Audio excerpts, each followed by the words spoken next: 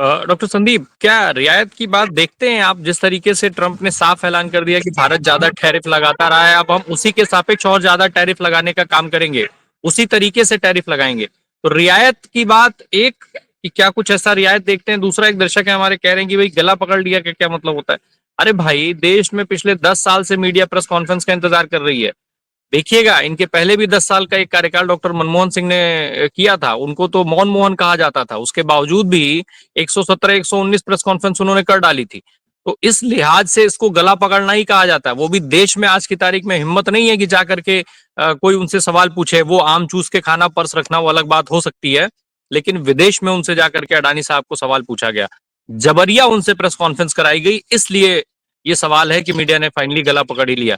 जी doctor Sandeep. बिल्कुल। और इस मामले में ये जानने की जरूरत है, सवाल किया जाना चाहिए कि ये किस हिसाब से व्यक्तिगत मामला है। क्या ये देश राजतंत्र है या लोकतंत्र है? कैसे व्यक्तिगत मामला हुआ? यूएस डिपार्टमेंट ऑफ जस्टिस ने जब मुकदमा किया उनके खिलाफ, अडानी के खिलाफ, सागर अडानी के खिलाफ और उनके एसोसिएट्स के खिलाफ, $250 मिलियन का घोटाला हुआ है। सोलर प्रोजेक्ट में उन्होंने अपराधी अधिकारियों को प्रभावित किया है और ये नवंबर में उनके खिलाफ ये सब हुआ है। और प्रधानमंत्री कहते हैं कि दो देशों के मुखिया मिलते हैं, न मिलते हैं इस तरह के व्यक्तिगत मामले में, न बैठते हैं न बात करते हैं। उससे पहले वो भूमिका बना रहे हैं संस्कार, संस्कृति, वसुधैव कुटुंबकम। अरे पूछा कहीं कुछ और जा रहा है, जवाब कुछ और दे रहे हो आप। सवाल ये पूछा गया है कि आपका दोस्त अडानी जो है, उसके ऊपर आरोप लगे हैं, एशिया का सबसे धनी आदमी है, क्या उसके मामले पे बात हुई है? तो आपको साफ साफ बोलना चाहिए हाँ या ना। तो आपको ये भी बोलना चाहिए कि उसने भारत और अमेरिका के लोगों को ठगा है। सोलर पावर प्रोजेक्ट में उसके ऊपर साफ साफ मैंने जुगाड़ करके फ्रॉड और ब्राइबरी का, मैंने फ्रॉड, आप समझ रहे हैं, हम लोग बातचीत में थर्ड क्लास के आदमी को फ्रॉड कहते हैं। फ्रॉड और ब्राइबरी का चार्ज लगा उसके ऊपर। तो वो शब्द क्यों नहीं उन्होंने यूज किया कि एक फ्रॉड की बात नहीं की जा सकती? प्रधानमंत्री के साथ एक फ्रॉड की दोस्ती की बात जोड़ी जाना कितनी शर्म की बात है। आप वसुधैव कुटुंबकम की क्या बात कर रहे हैं भाई? आप दोस्ती की बात करिए ना, मित्रता की बात करिए। अब आपके ऊपर चार्ज लग रहा है, बताइए को मेरा मित्र नहीं है, मित्र है या नहीं है? आप हाँ या ना में जवाब दीजिए।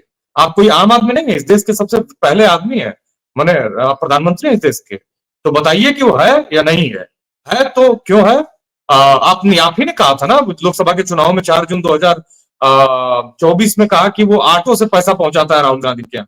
तो आपके यहाँ फिर क्यों चार्ज लग रहा है? जब जानते हैं कि देश में तमाम तरह की दिक्कतें कर रहा है, ऑटो से राहुल गांधी क्या पहुंचा रहा हो, मल्लिकार्जुन खड़गे क्या ट्रक से पहुंचा रहा हो।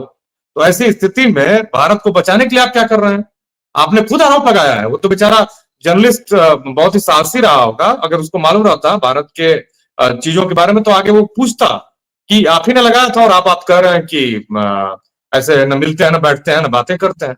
तो अभी चंद्रचूड़ जी, धनंजय चंद्रचूड़ का भी जो इंटरव्यू है वो भी वायरल हो रहा है। अच्छा, वो जो जर्नलिस्ट है बीबीसी का, जो सुकर या कुछ करके, बड़ा जबरदस्त उसने सवाल पूछे हैं और उस पर उनका कोई जवाब नहीं दिख रहा है। उसने उनके परिवारवाद पे सवाल किया है, जुडिशरी के कैरेक्टर पर किया है, उनके जजमेंट्स पे किया है, कोई जवाब उनको मिल नहीं रहा है। तो यही हाल है यहाँ के मुख्य न्यायाधीश का, यही हाल है यहाँ के प्रधानमंत्री का। और कहते हैं कि वो गोल मटोल चूंकि पकड़ लिए गए, भारत में तो कोई सवाल पूछने वाला है नहीं, लेकिन वहां इस तरह की चीजें है ना, इसीलिए तो वो दुनिया के सबसे धनी देश है। और भारत इसीलिए गरीब है क्योंकि सवाल कोई पूछता नहीं है। संदीप सर, क्या अगर उस मामले का वो जिक्र करते कि भाई उनके पास क्या बेहतर रास्ता ये नहीं था कि कम से कम वही कह सकते थे कि भाई गौतम अडानी के ऊपर अमेरिका में भी मामला चल रहा है, इसलिए यहाँ पर उसकी बात करना ठीक नहीं है, मीडिया के सामने कह देते, क्या दिक्कत थी उसमें? नहीं, देखिए राम प्रकाश जी, ये कोई सामान्य 10 रुपए का मामला नहीं है। वो $250 मिलियन का मामला है और उस पर लगातार फ्रॉड के आरोप लगते रहे हैं। तो इसमें प्रधानमंत्री के पास कोई एक ही बस रास्ता था कि उनको, वो देश के प्रधानमंत्री हैं, उनको देश की प्रधानमंत्री की हैसियत से सवाल पूछा गया था। वो कोई सामान्य आदमी नहीं, उनको यही कहना था कि देश की जनता के साथ धोखा कभी भी देश बर्दाश्त नहीं करेगा और जो भी इसमें इन्वॉल्व है उसके खिलाफ सख्त सख्त कार्रवाई होगी। यही एक जवाब है, लेकिन वो जवाब भी वो नहीं दे पाए, झूठ मूठ का भी।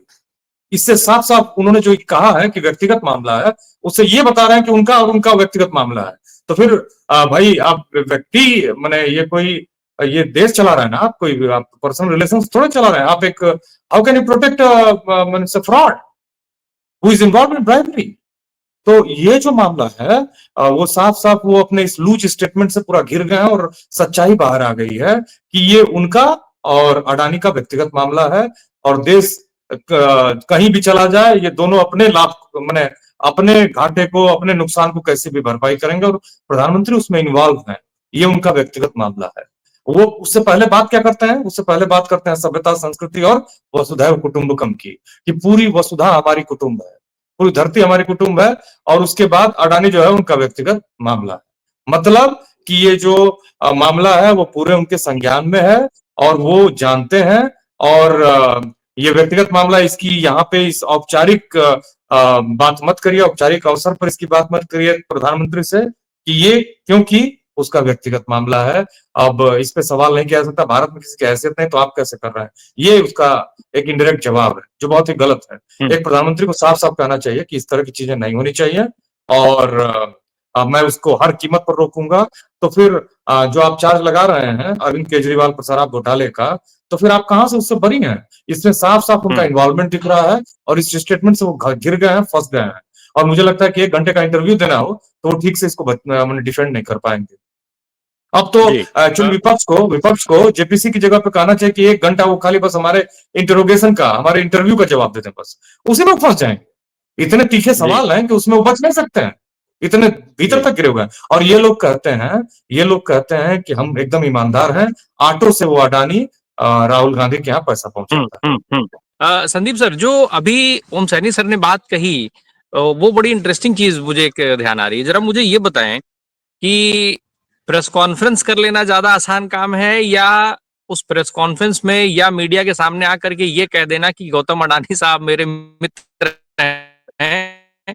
आसान छुपाना है उनके लिए, क्योंकि वो ये नहीं स्वीकार कर सकते हैं कि वो ये नहीं स्वीकार कर सकते हैं कि वो इन्वॉल्व है।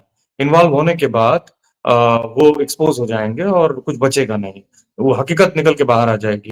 तो अभी जो मसला है कि जिस तरह की बातें वो कर रहे हैं उसको डिफेंड भी नहीं कर पा रहे हैं, ये भी एक क्लियर है।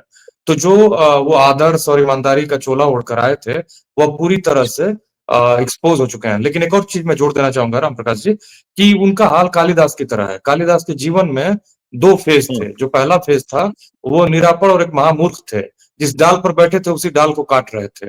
और एक राजकुमारी थी जिसका नाम विद्योत्तमा था। विद्योत्तमा ने सारे विद्वानों को सारे तरह के तर्क में हरा दिया था। अब ये कहानी हम लोगों ने कक्षा 3-4 में बचपन में सुनी है कई बार। तो तर्क में हरा दिया था, विद्वान बड़े नाराज थे। उन्होंने मैंने देखा कि एक व्यक्ति जिस डाल पे बैठा है इसी को काट रहा है, वो ले गए उसी से तर्क कराने। और जब तर्क में ये शर्त रखी गई कि कालिदास मौन रहेंगे और बाकी जो है विद्योत्तमा सवाल करेंगी, तो विद्योत्तमा ने खुला हाथ दिखाया।